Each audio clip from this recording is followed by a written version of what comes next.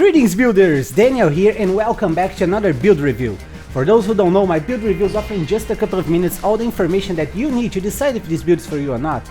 If this is meant to be the one, you can find the links for PoE and complete guide in the video description. And please, if this video helps you, leave a like to support the channel. Now, let's get into it!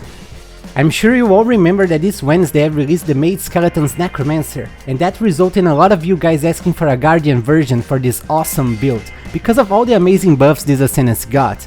Then I've asked you on the community tab and the result speaks for itself.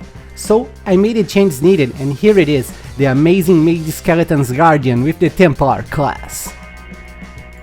On this build we use the unique Geo Dead Reckoning to transform our regular skeletons into mage ones. They fire elemental projectiles at a huge range and deal tons of damage. To list the pros of this build, I would start with survivability. With the Guardian Ascendancy you get almost 75% chance to block attacks and spells, a huge life regeneration and the new Sentinel of Radiance that takes 20% of the damage for you. All of that combined with the fact that this is a minion build that is very safe to play, because you stay behind your minions and they can kill enemies from a big distance. Also, with the new Elemental Relic, you and your minions get 3 damage auras totally for free, resulting in a great boss damage. Now, to list the cons, I will start saying that Mage Skeletons don't move, they feel more like a totem build. For that reason, you need to keep resummoning them while clearing maps. The Guardian Ascendance also doesn't get a speed boost from Flash Offering like the Necromancer, so it's a little bit slower.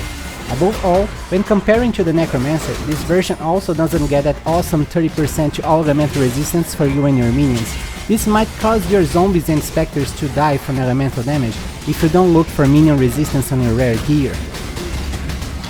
As for budget, this build is not expensive at all. You can get it destroying early endgame maps with only around 80 chaos.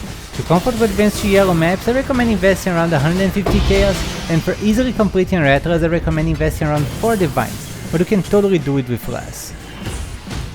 Don't forget that on PoEbuilds.net you can find a list with all the equipment that you need to buy for this build, with direct links for examples being sold by other players.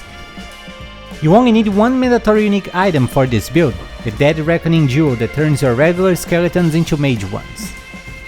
For clear speed I'll give it 8 out of 10. You have many skeletons firing many projectiles at a high cast speed rate.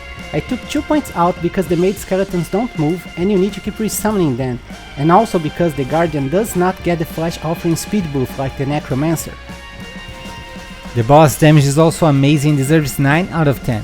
With the new returning projectile support gem, 100% of projectiles will hit enemies twice, but since it's not as powerful as the nerfed anomalous faster projectiles, I took 1 point out. For the survivability, I'll give it 10 out of 10. This build has a big load of defensive layers such as high armor, 75% chance to block attacks and spells, a minion that takes 20% of the damage for you, and since it's a minion build, you are far from danger all the time. And that's it guys, what did you think about this Guardian version of the Mage Skeletons build?